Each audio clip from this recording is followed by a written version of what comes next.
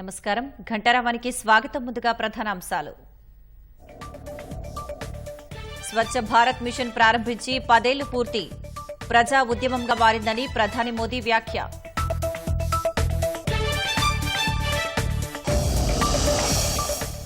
బాపు ఘాట్ వద్ద నివాళులర్పించిన సీఎం రేవంత్ రెడ్డి. గాంధీ జయంతి సందర్భంగా సర్వమత ప్రార్థనలు.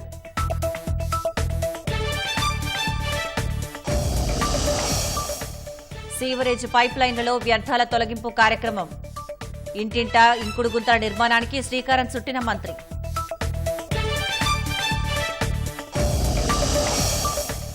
గాంధీ భవన్ వద్ద జీవో 317 బాధితుల ఆందోళన.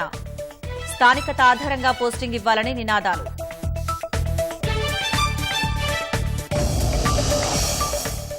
కొత్తగూడెం జిల్లా చర్యలో జీపీఎస్ ట్రాకర్ ఉన్న గద్ద సంచారం. పక్షి ఎక్కడి నుంచి వచ్చిందనే విషయంపై స్థానికుల్లో ఆందోళన.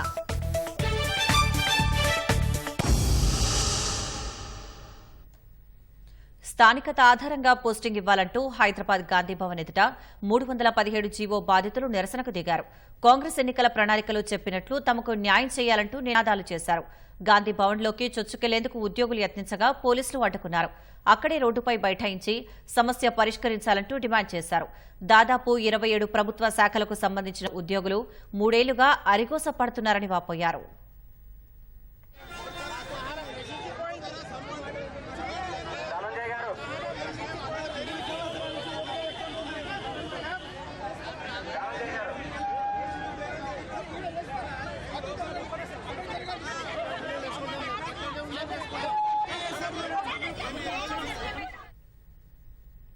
గాంధీభవన్ వద్ద 317 జీవో బాధితుల నిరసనకు సంబంధించి మరింత సమాచారం మా ప్రతినిధి తిరుపాల్ రెడ్డి ప్రత్యక్ష ప్రసారం ద్వారా అందిస్తారు. 317 జీవోను రద్దు చేసి స్థానికత ఆధారంగా బదిలీలు చేయాలని చెప్పి పెద్ద ఎత్తున ఉద్యోగులు ఉపాధ్యాయులు గాంధీభవన్ వద్దకు తరలివచ్చారు. గాంధీభవన్ సమీపంలోనే పోలీసులు నిలువరించారు. పెద్ద ఎత్తున ప్రభుత్వం వెంటనే ఈ సమస్యను పరిష్కరించాలని చెప్పి నినాదాలు చేస్తూ గాంధీభవన్ సమీపంలోనే బైఠాయించారు. ఇక్కడికి వచ్చి ప్రభుత్వం తరపున ఎవరో మంత్రులు కానీ లేకపోతే ఎవరైనా పిసిసి అధ్యక్షుడైనా వచ్చి ఇక్కడికి వచ్చి స్పష్టమైన హామీ ఇచ్చే వరకు ఇక్కడి నుంచి కదలమని చెప్తున్నారు. 2016లో రాష్ట్రంలో జిల్లాలో పునర్విభజన జరిగిన తర్వాత 2021లో గతంలో ఉన్న జోనల్ సిస్టమ్ను మొత్తం కూడా మార్పులు చేర్పులు చేశారు. ఆ జోనల్ సిస్టమ్ను మార్పులు చేర్పులు చేసిన తర్వాత ఉద్యోగులను బదిలీ చేశారు పెద్ద ఎత్తున. అప్పుడు ఆ బదిలీల సందర్భంగా గత బీఆర్ఎస్ ప్రభుత్వం చేసిన బదిలీల సందర్భంగా పెద్ద ఎత్తున ఉద్యోగులు తమ స్థానికతను కోల్పోయినామని చెప్పేసి అప్పటి నుంచి కూడా ఆందోళన కొనసాగిస్తున్నారు. 2023 ఎన్నికల సందర్భంగా కాంగ్రెస్ పార్టీ ఈ 300 జీవోను రద్దు చేసి స్థానికత ఆధారంగా తిరిగి బదిలీలు చేస్తామని చెప్పేసి హామీ ఇచ్చారని చెప్పేసి ఉద్యోగులు చెబుతున్నారు. దానిని దృష్టిలో పెట్టుకొని ఈవేళ ఆ సమస్యను పరిష్కరించాలని చెప్పేసి డిమాండ్ చేస్తూ శాంతియుత నిరసన వ్యక్తం చేసేదానికి ఉపాధ్యాయులు ఉద్యోగులు పెద్ద ఎత్తున గాంధీభవన్ వద్దకు తరలి వచ్చారు. ఇక్కడ బైఠాయించి ఆందోళన వ్యక్తం చేస్తున్నారు. వెంటనే ముఖ్యమంత్రి ఈ సమస్యకు సంబంధించి స్పష్టమైన హామీ ఇచ్చి సమస్య పరిష్కారానికి కృషి చేయాలని చెప్పేసి కోరుతున్నారు. ఇక్కడ మనం చూస్తున్నాము పెద్ద ఎత్తున తరలివచ్చిన ఉద్యోగులు ఉపాధ్యాయులు ప్లకార్డులు పట్టుకొని పెద్ద ఎత్తున నినాదాలు చేస్తున్నారు. గతంలో కాంగ్రెస్ నాయకులు వివిధ సందర్భాల్లో ఇచ్చిన హామీలకు సంబంధించిన ప్లకార్డులందరూ కూడా వీళ్ళు డిస్ప్లే చేస్తున్నారు. 317 జీవోతో ఆగమైనాం కాబట్టి దానిని పూర్తిగా సమస్య పరిష్కారం చేస్తాం, అధికారంలోకి వచ్చిన 45 గంటల్లో పరిష్కారం చేస్తామని ఆ రోజు పిసిసి అధ్యక్షుడిగా రేవంత్ రెడ్డి హామీ ఇచ్చారని చెప్పి ఉద్యోగులు చెప్తున్నారు. దీనికి సంబంధించి మనతో మాట్లాడడానికి సార్ చెప్పండి, అసలు ఏంటి మీ సమస్య ఏంటి? సార్ 2022లో చీకటి జీవన్ తీసుకొచ్చి 317 జీవన్ తీసుకొచ్చి గత బీఆర్ఎస్ ప్రభుత్వము ఉద్యోగులను ఉపాధ్యాయులను చెట్టుకొకరిని పుట్టకొకరిని వదిలేసింది. సార్ ఈ సీఎం రేవంత్ రెడ్డి గారు అప్పుడు పిసిసి అధ్యక్షుడిగా ఉన్నారు. సార్ మేము పట్టుకున్న ఫ్లెక్సీ కూడా అదే సార్. ఆయన అప్పుడు మాటిచ్చారు సార్, మేము అధికారంలోకి వస్తే 48 గంటల్లో 317 జీవో సమస్య పరిష్కరిస్తామని అన్నారు. సార్ 48 రోజులు పోయింది సార్. దగ్గర 8 నెలల నుంచి కూడా కమిటీ పేరుతో కాలయాపన చేస్తున్నాడు. ఇంకా చెప్పండి, మీరు ఏం చేస్తారు, అసలు ఎందుకు మీరు డిమాండ్ చేస్తున్నారు? నేను టీచర్గా పనిచేస్తున్నానండి. నేను మేడ్చల్ జిల్లా నుంచి ఇంకో జిల్లాకి కేటాయించబడ్డాను. 3 సంవత్సరాలుగా చాలా కష్టపడుతున్నాం మేము, అప్ అండ్ డౌన్ చేయలేక కూడా. మాకు రేవంత్ రెడ్డి గారు ఇదే గత సంవత్సరం ఎన్నికలకు ముందు గాంధీ జయంతి రోజు మాకు ఇదే వేదికగా, గాంధీ భవన్ వేదికగా మాకు మాట ఇచ్చారు. ఒకవేళ ప్రభుత్వం ఏర్పాటు చేస్తే కనుక 48 గంటల్లో మేము ఈ స్థానికత సవరిస్తానని చెప్పేసి మీకు ఇచ్చేస్తానని. మేము అది ఇప్పుడు ప్రభుత్వం ఏర్పాటయ్యి 8-9 సంవత్సరాలు గడినా మాకు ఇంకా ఏం జరగట్లేదు. చెప్పండి అసలు ఏంటి మీ సమస్య? మా స్థానికత మేము కోల్పోయాము. 317 జీవో వల్ల పాత ప్రభుత్వం చేసిన తప్పుదాన్ని మీరు మీ మేనిఫెస్టోలో సరిచేస్తామని చెప్పారు. ఆ భరోసాతోని మేమందరం మిమ్మల్ని గెలిపించాము. ఇచ్చిన మాట నిలబెట్టుకోండి, మాకు న్యాయం చేయండి. 100 కిలోమీటర్లు మేము ప్రయాణం చేసి మా ఆరోగ్యాలు పాడవుతున్నాయి, మా బంధువుల ఫ్యామిలీకి దూరం అవుతున్నాము. 55 సంవత్సరాలు నాకు ఇప్పుడు 130 కిలోమీటర్లు పోతున్నాను, 130 కిలోమీటర్లు వస్తున్నాను. ఇంట్లో వాళ్ళకు టైం ఇవ్వలేదు. ఇప్పటికే సబ్ కమిటీ వేశారు, ఈ సబ్ కమిటీ వేసినారు ఈ సమస్య పరిష్కారానికి ఇప్పటికే. కానీ సమస్య పరిష్కారం కాలేదు. గతంలో గాంధీ జయంతి రోజునే అప్పటి పిసిసి అధ్యక్షుడు రేవంత్ రెడ్డి హామీ ఇచ్చారని చెప్తున్నారు. దీనికి సంబంధించి అమ్మ చెప్పండి, అసలు ఎందుకు ఈ రోజు గాంధీ జయంతి రోజున మీరు ఈ నిరసన వ్యక్తం చేయాలనుకున్నారు? నా పేరు రేష్మా అండి. లాస్ట్ ఇయర్ 1 ఇయర్ అవుతుంది సీఎం గారు మాకు మాట ఇచ్చి 317ని నేను 48 అవర్స్లో నేను దీన్ని రద్దు చేస్తా అని చెప్పేసి అన్నారు. అన్నదాని ప్రకారంగా మేము ఎంప్లాయీస్ అందరం కలిసి సపోర్ట్ చేసి కాంగ్రెస్ ప్రభుత్వాన్ని గెలిపించుకున్నాము. కానీ ఇప్పటికీ మాకు ఎలాంటి న్యాయం జరగలేదు. 200 డేస్ అవుతుందండి సబ్ కమిటీ వేసి, 200 డేస్ దాటింది, అయినా ఇప్పటి వరకు ఎలాంటి న్యాయం మాకు జరగలేదు. కాబట్టి ఈరోజు మేమందరం ఎంప్లాయీస్, ఉపాధ్యాయులు అందరం కలిసి ఈరోజు వచ్చి ఈ శాంతియుత ర్యాలీని కండక్ట్ చేసి సీఎం సార్ దగ్గర నుండి ఏదో ఒక హామీని మాకు డెఫినెట్లీ ఈ 1 వీక్లో కొత్త పోస్టులు ఇచ్చేంత లోపు మాకు ఇది ఇక్కడ స్థానికత ఆధారంగా బదిలీలు చేయాలని చెప్పి దాదాపు 34 ప్రభుత్వ ఉద్యోగాలకు సంబంధించిన, ప్రభుత్వ విభాగాలకు సంబంధించిన ఉద్యోగులు ఇక్కడ ఆందోళన కొనసాగిస్తున్నారు. శాంతియుత నిరసన చేసేదానికే మేము వచ్చాం, ప్రభుత్వానికి వ్యతిరేకంగా కాకుండా మా సమస్య పరిష్కారం చేసుకోవడానికే వచ్చామని చెప్తున్నారు. అసలు ఎందుకు గాంధీ భవన్ ఈ రోజు తరలి వచ్చారు? అసలు ఎందుకు తరలి రావాల్సి వచ్చిందో చెప్పండి. సార్ నా వయసు 50 సంవత్సరాలు దాటింది. నేను 98 DSC. నేను ఇక్కడే పుట్టి ఇక్కడే పెరిగిన స్థానికంగా సెలెక్ట్ అయినా. నేను ఇప్పుడు నా జిల్లా కానీ మహబూబ్ నగర్ పాటటువంటి కొలంగల్కి పంపించారు. ఇది ఎంతవరకు న్యాయము? మాకు న్యాయం చేయాలని 260 కిలోమీటర్లు ప్రయాణిస్తున్నాం సార్ రోజు. మా పిల్లలు పెళ్ళిడికి వచ్చిర్రు, ఇప్పుడు చాలా కష్టాలు ఎదుర్కొంటున్నాం. మమ్మల్ని ఇక్కడికి ఎప్పుడు ఈ సమస్య ఉత్పన్నమైంది? అంత ముందు లేదు కదా? అంత ముందు లేదు సార్, అంత ముందు లేదు. 317 జీవో వచ్చిన తర్వాతనే వచ్చింది. 2020 317 జీవో ఎప్పుడు ఇచ్చారు? 2021 డిసెంబర్ 6వ తారీఖు సార్. అప్పటి నుంచే మాకు స్టార్ట్ అయింది. ఇవి న్యాయం చేయాలని మేము ధర్నా ఇక్కడ చేస్తున్నాం సార్. శాంతి ర్యాలీ చేస్తున్నాం గాంధీ జయంతి రోజు. చెప్పండి మీరు చెప్పండి అసలు సమస్య పరిష్కారం కావాలంటే అసలు ఏంది? మీరు ఇక్కడ నుంచి నిరసన వ్యక్తం చేస్తున్నారు, ఈ నిరసన నుంచి వెళ్ళిపోవాలంటే ఏం చేయాలి అసలు ప్రభుత్వం? సార్ మాకు వీలైనంత వరకు ఇప్పుడు ఆల్రెడీ రిటైర్మెంట్ స్టార్ట్ అయినాయి, తర్వాత సూపర్ న్యూమరసీ పోస్ట్ క్రియేట్ చేసి మాకు ఇస్తామని చెప్పారు. మాకు ఈ గాంధీ భవన్ సాక్షిగా 1 ఇయర్ అవుతుంది. ఇంతకుముందు చాలా మా ప్రాబ్లమ్స్ చూసి, మా గోస చూసి ఒక రేవంత్ రెడ్డి గారే కాదు, సీతక్క ఇంకా అందరూ కూడా మా సమస్యను వాళ్ళ సమస్యగా తీసుకొని మేము ఖచ్చితంగా పరిష్కరిస్తాము, మా ప్రభుత్వం అధికారంలోకి వస్తే అన్నారు. ఇప్పుడేమో నాచుటోరం చేస్తున్నారు. ఇది పెద్ద సమస్యే కాదు. ఖచ్చితంగా మీరు తలుచుకుంటే మీరు ఖచ్చితంగా మా సమస్యను పరిష్కరిస్తారు. మా స్థానిక జిల్లాలో చేయకుండా ఎక్కడెక్కడో చేసి మా స్థానిక. ఇది గాంధీ భవన్ సమీపంలో నిరసన వ్యక్తం చేస్తున్న ఉద్యోగులు వాళ్ళ స్థానికత ఆధారంగా బదిలీలు ఇవ్వాలని చెప్పేసి డిమాండ్ చేస్తున్నారు. 31 జీవో రద్దు చేయాలి, 317 జీవో రద్దు చేయాలి. గత ప్రభుత్వము ఏదైతే స్థానికత ఆధారంగా లేకుండా జోన్ల సిస్టంలో బదిలీలు చేశారో దానిని పూర్తిగా రద్దు చేసి స్థానికత ఆధారంగా బదిలీ చేయాలని చెప్పేసి డిమాండ్ చేస్తారు. గతంలో చేసిన బదిలీల వల్ల తాము తీవ్ర ఇబ్బందులు పడుతున్నామని 2021 నుంచి కూడా తాము ఇబ్బందులు పడుతున్నట్టుగా కూడా చెప్తున్నారు. అమ్మ మీరు చెప్పండి, అసలు ఎందుకు చిన్న బిడ్డను ఎత్తుకొని ఇక్కడికి నిరసన వ్యక్తం చేసడానికి వచ్చారు? మీరు ఏ పని చేస్తారు? సార్ ఇది నేను వర్కింగ్ వచ్చేసి నల్గొండ జిల్లా. నా నా స్థానికత జిల్లా మాత్రం యాదాద్రి భువనగిరి జిల్లా. ప్రాబ్లం ఏంటంటే ఈ స్థానికత పునాదుల మీద ఏర్పడ్డది తెలంగాణ రాష్ట్రం అండి. ప్రత్యేక రాష్ట్రం, ఆ ప్రత్యేక రాష్ట్ర ఉద్యమ సాధనలో నేను 2009 నుంచి మలిదశ ఉద్యమంలో పాల్గొన్నాను. అట్లాంటి కొట్లాడి సాధించుకున్న తెలంగాణలో గత ప్రభుత్వం ఏం చేసిందంటే స్థానికతకు విరుద్ధంగా జీవో 317ని తీసుకురావడం జరిగింది. ఆ జీవో 317 విరుద్ధంగా తీసుకొచ్చినందుకు గాను మేము ఎన్నో నిరసనలు చేయడం జరిగింది.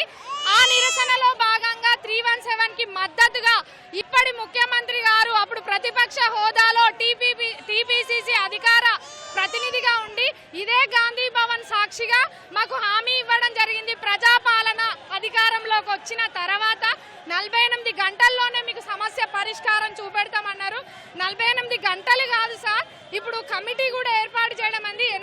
8 నెలలు అయిపోయింది కమిటీ ఏర్పాటు చేశారంటే ఒక సిస్టమేటిక్గా మిమ్మల్ని అందరినీ కూడా బదిలీ చేయాలా, స్థానిక ఆధారంగా చేయాలనే ఉద్దేశమే కదా ప్రభుత్వం చేసేది. కమిటీ ఏర్పాటు చేసింది అందుకే అండి. కానీ 8 నెలలు గడిచిపోయింది కమిటీ అనేది. 8 నెలలు గడిచిపోయింది. ఇంకోటి మా స్థానికత మీద కూడా ఏం చేసిరంటే బోనోఫైడ్ కూడా వెరిఫికేషన్ చేయడం జరిగింది. ఆ వెరిఫికేషన్ కూడా 2 నెలలు గడిచిపోయింది. కానీ ఇప్పటికీ స్పష్టమైన హామీ అనేది లేదు, స్పష్టమైన వైఖరి అనేది లేదు. ఇంకోటి ఇది 317 జీవో రద్దు చేసి తక్షణమే స్థానిక ఆధారంగా బదిలీ చేయాలని చెప్పి డిమాండ్ చేస్తూ శాంతియుత నిరసన వ్యక్తం చేశారు. గాంధీ భవన్ వద్ద వచ్చామని చెప్తున్నారు. ఇప్పటికే సబ్ కమిటీ చేసి చాలా రోజులైంది. ఆ సబ్ కమిటీ నివేదిక ఇంకా రాలేదు. దానికి సంబంధించి చర్యలు ఏమీ తీసుకోలేదు. 317 జీవో సమస్య పరిష్కారం కాలేదని చెప్పేసి ఉద్యోగులు ఆందోళన వ్యక్తం చేస్తున్నారు.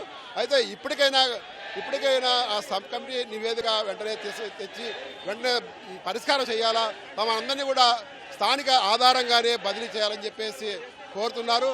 ఇప్పుడే గాంధీ భవన్లో గాంధీ జయంతి సందర్భంగా గాంధీ భవన్లో ఈ సబ్ కమిటీ సభ్యుడైన మంత్రి పొన్నం ప్రభాకర్ అక్కడ ఉన్నారు.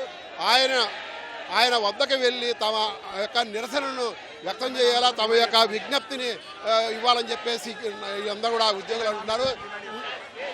వీళ్ళంతా కూడా ఈ నాయకులంతా కూడా కొంతమంది ప్రతినిధులుగా అక్కడికి వెళ్ళి పొన్నం ప్రభాకర్కు తమ యొక్క డిమాండ్లను విజ్ఞప్తి చేసి వీలైనంత త్వరితగతిన పూర్తి చేయాలని చెప్పేసి విన్నవించున్నారు.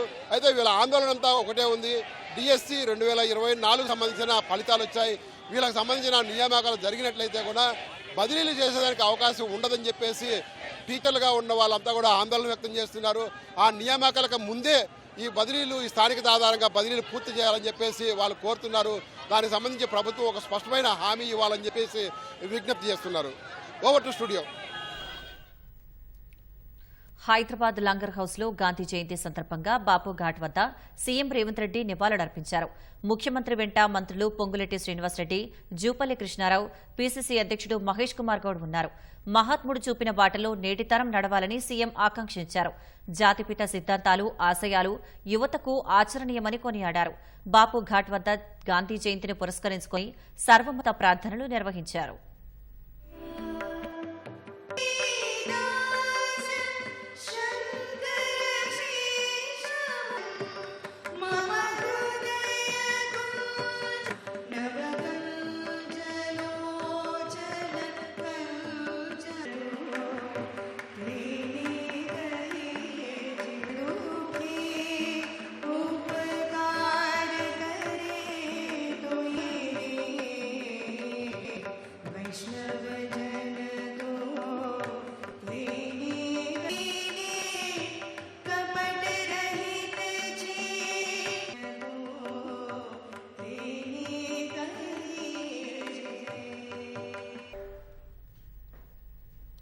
గాంధీ జయంతిని రాష్ట్ర వ్యాప్తంగా ఘనంగా జరుపుకుంటున్నారు.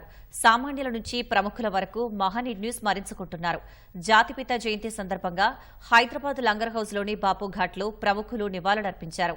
గవర్నర్ జిష్ణుదేవ్ వర్మ దంపతులు, మంత్రి పొన్నం ప్రభాకర్ పుష్పాంజలి ఘటించారు. నేటి తరానికి గాంధీ సిద్ధాంతాలు ఆచరణీయమని చెప్పారు. మహాత్ముడు కలలుగన్న గ్రామ స్వరాజ్యం సాకారానికి అందరూ పాటుపడాలని కోరారు.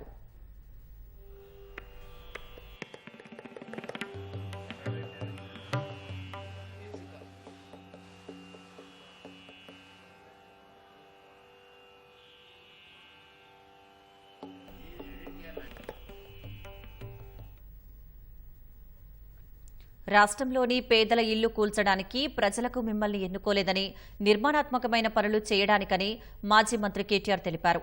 మహాత్మా గాంధీ 150వ జయంతి సందర్భంగా తెలంగాణ భవన్లో గాంధీ చిత్రపటానికి ఆయన నివాళులర్పించారు. బలహీన వర్గాల పట్ల కాంగ్రెస్ సర్కారు వ్యవహరిస్తున్న తీరు మార్చుకోవాలని కేటీఆర్ సూచించారు. గాంధీ జయంతి రోజైనా వివేకంతో ఆలోచించి బుల్డోజర్ రాజకీయాన్ని నియంత్రించాలని కోరారు. మిమ్మల్ని ప్రజలు గెలిపించింది నిర్మాణాత్మకమైన పనులు చేయమని, మంచి పనులు చేయమని. రైతు బంధు 10,000 అంటే మీరు 15,000 ఆ పని చేయమని. 2,000 పెన్షన్ 4,000 చేయమని. పేదవాళ్ళని కడుపులో పెట్టుకొని చూసుకోమని కేసీఆర్ గారు 2.5 లక్షల ఇల్లు కడితే మీరు 5 లక్షల ఇల్లు కట్టమని మీకు ఓటేసినారు తప్ప ఇల్లు కూలగొట్టమని కాదు, అక్కర లేని ఖర్చులు పెట్టమని కాదు, ఇంకోటని కాదు. అందుకే సమాజంలోని అత్యంత బలహీనమైన వర్గం పట్ల మీరు కర్కశంగా ప్రవర్తిస్తున్న వైఖరి గాంధీ జయంతి రోజన్నా పునరాలోచించుకోవాలని, తప్పకుండా సంస్కారవంతంగా మరి పైన ఉన్న గాంధీలు కూడా రాహుల్ గాంధీ, ప్రియాంక గాంధీ, సోనియా గాంధీ కూడా ఆలోచించాలని చెప్పి కూడా మేము కోరుతా ఉన్నాం. పేదల పట్ల మీరు అనుసరిస్తున్న వైఖరి మొత్తం రాష్ట్రం, మొత్తం దేశం గమనిస్తూ ఉంది. ఈ బుల్డోజర్ రాజ్యం ఏదైతే మీరు ఈ రోజు తీసుకొచ్చారో, ఈ మహాత్మా గాంధీ జయంతి రోజన్నా కనీసం వివేకంతో, విచక్షణతో ఆలోచించి మరి ఇకనైనా మీ వైఖరి మార్చుకొని మానవత్వంతో ముందడుగేయాలని కోరుతాం. వరంగల్ జిల్లా నర్సంపేటలో గాంధీ జయంతిని ఘనంగా నిర్వహించారు. కాంగ్రెస్ పార్టీ నేతలు, మహిళా సంఘాల ఆధ్వర్యంలో గాంధీ విగ్రహానికి పూలమాలలు వేసి నివాళులర్పించారు. మహాత్ముని అడుగుజాడల్లో నడవాలని ప్రతిజ్ఞ చేశారు. మహాత్ముని స్మరించుకుంటూ కళాకారుల బృందం గాంధీ సేవలను కొనియాడుతూ పాటలు పాడి అలరించారు. ప్రతి ఒక్కరూ రక్తదానం చేసి ఆపదలో ఉన్నవారికి ప్రాణదాతలుగా నిలవాలని ఎమ్మెల్యే డాక్టర్ మురళీనాయక్ కోరారు. గాంధీ జయంతి సందర్భంగా మహబూబాబాద్ జిల్లాలోని ఎన్టీఆర్ స్టేడియంలో కాళోజీ వాకర్స్ అసోసియేషన్ ఆధ్వర్యంలో ఏర్పాటు చేసిన రక్తదాన శిబిరాన్ని ఆయన ప్రారంభించారు. రక్తదానం చేసేవారు ఎటువంటి అపోహలకు గురికావద్దని, రక్తమిచ్చిన 2 రోజుల్లోనే మళ్లీ రక్తం పునరుత్పత్తి అవుతుందన్నారు. రక్తదాన శిబిరంలో 100 యూనిట్ల రక్తం సేకరించిన నిర్వాహకులను అభినందించారు. హైదరాబాద్ మహానగరంలో సీవరేజీ పైప్లైన్ల క్లీనింగ్, ఇంటింటా ఇంకుడు గుంతల నిర్మాణం చేపట్టడమే లక్ష్యంగా జలమండలి 90 రోజుల స్పెషల్ డ్రైవ్ను నిర్వహించనుంది. మెహదీపట్నంలోని సరోజినీదేవి కంటి ఆసుపత్రి ప్రాంగణంలో ఈ కార్యక్రమాన్ని రవాణా శాఖ మంత్రి పొన్నం ప్రభాకర్ ప్రారంభించారు. ఇందులో జీహెచ్ఎంసీ మేయర్ గద్వాల విజయలక్ష్మి, రాజ్యసభ సభ్యులు అనిల్ కుమార్ యాదవ్, కలెక్టర్ అనిదీప్ దురిశెట్టి తదితరులు పాల్గొన్నారు. నేటి నుంచి డిసెంబర్ 31 వరకు నిర్వహించనున్న ఈ స్పెషల్ డ్రైవ్లో భూగర్భ డ్రైనేజీ పైప్లైన్ల స్థితి, సామర్థ్యం పరిశీలించనున్నారు. అవసరమైతే వాటి సామర్థ్యం పెంచడం, కాలం చెల్లిన పైప్లైన్ల మార్పు, నిత్యం పొంగే మ్యాన్హోల్లను గుర్తించి ఆ సమస్యను శాశ్వతంగా పరిష్కరించడం లాంటివి చేయనున్నారు. 3 నెలల్లో సీవరేజీ సమస్య 30% తగ్గించాలన్నదే ప్రభుత్వం లక్ష్యంగా పెట్టుకుంది. వర్షం ఇంత పడుతున్నప్పటికీ కూడా వర్షం మీద ఉద్యోగం పోతా ఉన్నది. దాన్ని ఏ విధంగా ప్రతి చుక్కను భూగర్భ జలంగా మార్చుకోవాలనేటువంటి దాని కొరకు ఈ రోజు నుంచి డిసెంబర్ 31 వరకు హైదరాబాద్ జంట నగరాల ప్రజలకందరికీ కూడా తెలంగాణ ప్రభుత్వ పక్షాన్ని విజ్ఞప్తి చేస్తా ఉన్నాం. ఈ ఇంకుడు గుంతలకు సంబంధించి మీ ఇంట్లో, మీ ఏరియాలో, మీ కాలనీలో పడుతున్న వర్షపు నీళ్లను బయటకు పోకుండా మీ దగ్గర ఉన్నటువంటి ఖాళీ ప్రాంతాన్ని ఈ యొక్క ఇంకుడు గుంతగా మార్చుకొని నీటి ఇబ్బంది లేకుండా, నీటి ఎద్దడి లేకుండా, నీటి కరువు రాకుండా భవిష్యత్తు తరానికి ఉపయోగపడే పని ప్రతి ఒక్కరి బాధ్యతగా చేయాలని, అందుకు సంబంధించి హైదరాబాద్ లో ఉన్నటువంటి ప్రతి ఒక్కరికి కూడా ఈ విధంగా అపార్ట్మెంట్స్ కావచ్చు, పెద్ద పెద్ద కాలనీలకు సంబంధించి మెట్రో వాటర్ వర్క్స్ తరఫున ఒక అడ్వైజరీ ఫామ్ కూడా ఇస్తా ఉన్నాం. సంగారెడ్డి జిల్లాలో నిన్న రాత్రి కురిసిన వర్షానికి లోతట్టు ప్రాంతాల్లోకి నీరు చేరింది. దాదాపు 2 గంటల పాటు కురిసిన వర్షానికి రహదారులపై నీరు నిలిచింది. నాలాల పూడిక తీయకపోవడం, చెత్తను తొలగించకపోవడంతో వర్షం పడిన ప్రతిసారి పట్టణంలో నీరు నిలిచిపోతోంది. అపార్ట్మెంట్ల సెల్లార్లలోకి నీరు, జనం నానా ఇబ్బందులు పడుతున్నారు. రాత్రి నుంచి కరెంటు సరఫరా లేక అవస్థలు పడుతున్నామంటున్న సంగారెడ్డి నివాసితులతో మా ప్రతినిధి రామకృష్ణ ముఖాముఖి. నిన్నటి వరకు రోజంతా ప్రశాంతంగా, ఎండ తీవ్రత ఎక్కువగా ఉండి సాయంత్రం వరకు కూడా కొంత ఉబ్బరించి సాయంత్రం కొంత మబ్బులైతే కమ్ముకొచ్చాయి. అదేవిధంగా రాత్రి చూసుకున్నట్లయితే భారీ వర్షం, ఉరుమురు మెరుపులతో కూడిన భారీ వర్షం పడింది. ఈ భారీ వర్షానికి సంగారెడ్డి పట్టణంలో లోతట్టు ప్రాంతాలు మొత్తం కూడా నీరు చేరుకుంది. కొన్ని అపార్ట్మెంట్లో కూడా నీరు మోకాళ్ళలోతు పైనే ఎక్కువగానే చేరుకున్నాయి. అయితే ఈ మొత్తం నీరును కూడా ఫైర్ సిబ్బంది తొలగించే ప్రయత్నం అయితే చేస్తూ ఉన్నారు. ప్రస్తుతం ఈ పట్టణంలోనే కొంత అపార్ట్మెంట్లు మునిగిపోయిన పరిస్థితి ఉంది. అయితే కొంతమంది అపార్ట్మెంట్కి సంబంధించిన వాళ్ళు ఉన్నారు, వాళ్ళతో మాట్లాడదాం. సార్ చెప్పండి, మీరు ఎప్పుడు ఈ మొత్తంగా ఈ నీళ్లు మీ దగ్గర చేరుకున్నాయి? వర్షం రాత్రి ఏ మాదిరిగా పడింది? రాత్రి అరౌండ్ 9:30 నుంచి వర్షం స్టార్ట్ అయింది సార్. చిన్న చినుకులే కదా, మేము జనరల్గా పడుతున్నాయి కదా, రోజు పడుతుంది కదా ఆయం అనుకోకుండా మేము మామూలుగా జనరల్గా రోజులాగా భోజనం చేసి పడుకుందాం అనుకుంటున్నాం. టీవీ చూస్తున్నాం. ఇంకా చాలా పెద్ద వర్షం పడుతుంది, బయట పెద్ద వర్షం పడుతుంది. యాక్చువల్లీ లాస్ట్ ఇయర్ వరకు ఇది నాలా ఓపెన్ ఉండేది సార్ మాకు అపార్ట్మెంట్ దగ్గర. ఓపెన్ది మొత్తం అందరం అపార్ట్మెంట్ సభ్యులందరం కలిసి అనుకుని దీనికి నాలాలు గొట్టాలు వేయించి అన్ని క్లోజ్ చేయించాం. దాంతో మాకు ఈ వరద నీరు దగ్గర 1.5 year తగ్గింది. కానీ ఇక్కడ చర్చి దగ్గర ఒక నాలా ఉంది, అది ఓపెన్ అయిపోయి అక్కడ జామ్ అయిపోయి ఆ వాటర్ మొత్తం ఫ్లో కూడా ఎక్కడికి వెళ్ళే దారి లేక టోటల్ అదంతా కూడా మొత్తం ఈ సందులోకి, ఇది పల్లంలో ఉండటం వల్ల కొంచెం సందులోకి వచ్చి మొత్తం సెల్లార్ నిండిపోయింది. జస్ట్ ఒక వితిన్ 10 minutesలో ఇటు వర్షం నీరు, ఇటు నాలా నిండిపోయి ఆ వచ్చిన నీరు కూడా మొత్తం అంతా నిండిపోయి మోకాళ్ళ లోతుకి లేదా నడుము లోతు వచ్చే నీళ్లు. లోపల బైక్లు కార్లు అన్ని కూడా తీసే పరిస్థితుల్లో లేకపోయింది. చెప్పండి, ఇప్పుడు సెల్లార్లోకి నీళ్ళు వచ్చిన క్రమంలో ఎలాంటి ఇబ్బందులు ఎదుర్కొన్నారు? ఇప్పుడు ఫైర్ సిబ్బంది కూడా మీకు సహకరించింది. ప్రస్తుత పరిస్థితి ఏంటి? ఇప్పుడు ఆలోచించేటువంటి సమయం కూడా లేదు. మేము పైన, నాకు ఫోన్ కారు నాదే, అది పైనుంచి కిందికి దిగేసరికి ఒక గేటు పెట్టింది ఉంది.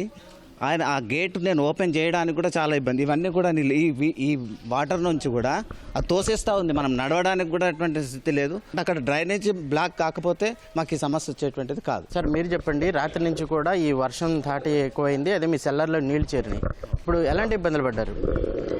మొత్తం ఇబ్బందులేనండి. స్నానాలు లేవు, పొద్దున్న నుంచి రాత్రి నుంచి కరెంట్ లేదు, దోమలు. ఇప్పుడు ఇంట్లోకి వచ్చేసింది వాటర్, మొత్తం ఇంట్లో మొత్తం వాటర్ వచ్చేసేసింది, కింద సెల్లార్లోకి వచ్చేసేసింది. పెద్ద సమస్య ఏంటంటే ఉన్న బండ్లన్నీ మునిగిపోయినాయి. మొన్న 2 wheelers 4 wheelers అన్నీ మునిగిపోయినాయి. ఇప్పుడు ఏమీ పని చేయట్లేదు. రాత్రి నుంచి కరెంట్ లేదు, ఇప్పటిదాకా వాటర్ లేదు. మాకు కరెంట్ లేదు, వాటర్ లేదు, బోర్ లేదు. ఇప్పటివరకు ఇంకా ఏం ఫ్రెష్ కాలేదు. కాబట్టి మెయిన్ ఈ డ్రైనేజ్ ప్రాబ్లం. ఈ డ్రైనేజ్ను క్లియర్ చేయాలని చెప్పేసి మేము ప్రభుత్వాన్ని కోరుకుంటున్నాము, మేము మున్సిపాలిటీని కూడా కోరుకుంటున్నాము.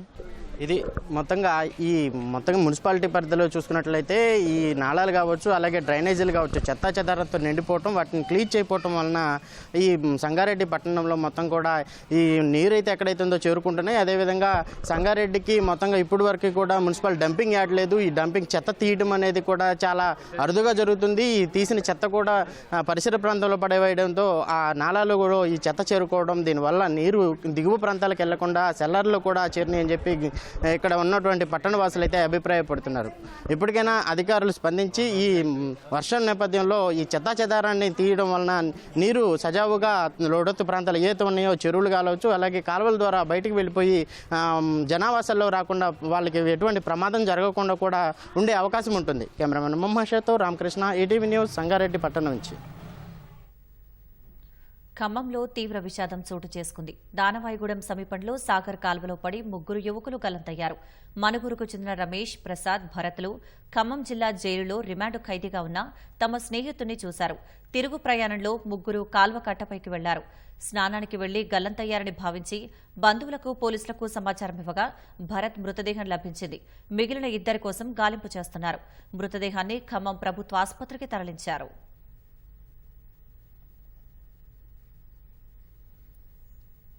సూర్యాపేట జిల్లా చింతలపాలెం మండలం పులిచింతల ప్రాజెక్టుపై మొసలి సంచారం కలకలం రేపింది. ఇటీవల కురిసిన భారీ వర్షానికి పులిచింతల రిజర్వాయర్లోకి మొసళ్లు పెద్ద సంఖ్యలో వచ్చి చేరినట్లు స్థానికులు తెలిపారు. అప్పుడప్పుడు వ్యవసాయ పొలాల్లోకి వస్తున్నాయని, రైతులు భయాందోళనకు గురవుతున్నామని వాపోయారు. నిన్న రాత్రి ప్రాజెక్టు బ్రిడ్జిపై మొసలి సంచరిస్తుండగా వాహనదారులు గమనించి ఫోన్లో బంధించారు. అధికారులు స్పందించి మొసళ్లు బయట సంచరించకుండా తక్షణమే చర్యలు తీసుకోవాలని కోరారు.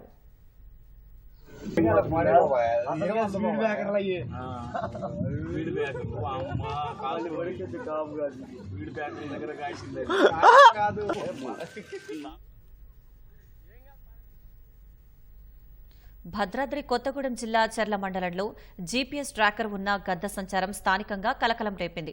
చర్ల ఏకలవ్య విద్యాలయం సమీప గుట్ట వద్ద గద్ద చాలాసేపు కూర్చుంది. తిరిగి వచ్చిన పక్షి అలసిపోవడాన్ని గమనించిన స్థానికులు కోడి మాంసాన్ని వేశారు. ఆకలితో ఉన్న గద్ద మాంసాన్ని ఆబగా తిని ఆకలి తీర్చుకుంది. కాసేపు విశ్రాంతి తర్వాత వేరే ప్రాంతానికి వెళ్లిపోయింది. స్థానికులు గద్ద ఫోటోలు, వీడియోలను చిత్రీకరించారు.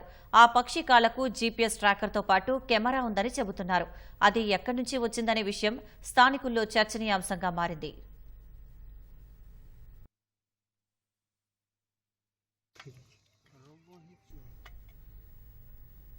ఆదిలాబాద్ జిల్లాలో స్థిరాస్తి వ్యాపారుల అక్రమాలకు అడ్డు అదుపు లేకుండా పోతోంది.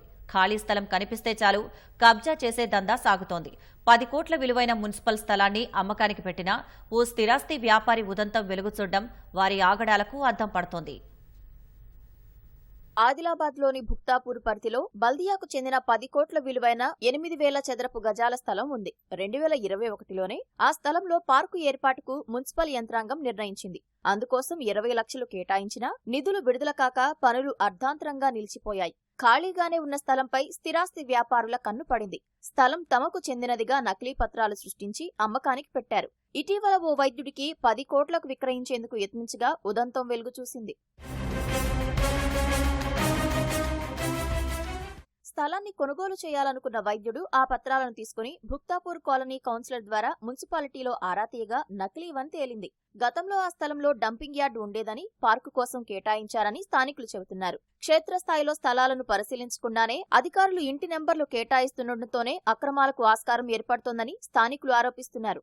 ఇక్కడ ఒక పార్క్ ఉన్నది. దీన్ని మా ఒక రియల్ మాఫియా వచ్చి దీనికి మా మున్సిపల్ నుంచి హౌస్ నెంబర్ తీసుకున్నారు. మళ్ళా ఒకటి బోకస్ పట్టా కూడా తీసుకున్నారు. ఆ పట్టా 97 నెంబర్ ఉన్నది. మా మున్సిపల్ ఇక్కడనేమో వీళ్ళనేమో హౌస్ నెంబర్ ముస్లిం పేరు మీద తీసుకున్నాడు. మా మున్సిపల్ చూస్తేనేమో ఆ 97 నెంబర్ది హిందూ పేరు మీద ఉన్నది. ఆ పట్టా బోకస్. ఈ వార్డు కౌన్సిలర్ తెలియకుండా మా మున్సిపల్ వాళ్ళు దీన్ని అసెస్మెంట్ చేయడము, దీనికి డోర్ నెంబర్ ఇవ్వడం. అప్పుడున్న కమిషనర్ మళ్ళీ ఆర్ఐ వాళ్ళని ఇమీడియట్లీ సస్పెండ్ చేయాలి. మళ్ళీ ఇది కూడా నేను ఎస్పీ గారికి కూడా కాంప్లైంట్ ఇస్తాను. మళ్ళీ జిల్లా కలెక్టర్ గారికి కూడా నేను కాంప్లైంట్ ఇస్తాను. డంపింగ్ యార్డ్ ని తీసేసి ఇక్కడ పార్కు కోసం స్థలాన్ని కేటాయిస్తే దీన్ని భూ కబ్జాదారులు కొందరు కబ్జా చేయాలని ప్రయత్నించిండ్రు. ప్రభుత్వ స్థలాలు అన్నింటిని ఇట్లా కబ్జా చేసుకుంటా పోయితే మా పిల్లలు గానీ మేము వాకింగ్ చేయడానికి కానీ ప్లేస్ లేకుండా పోతున్నది. ప్రకాష్ కౌన్సిలర్ కు దీని గురించి తెలియడంతో దీనిపై చర్య తీసుకొని దాన్ని కాపాడడం జరిగింది. మరెక్కడ కూడా జరగకుండా రక్షించాలని అధికారులను కోరుచున్నాం.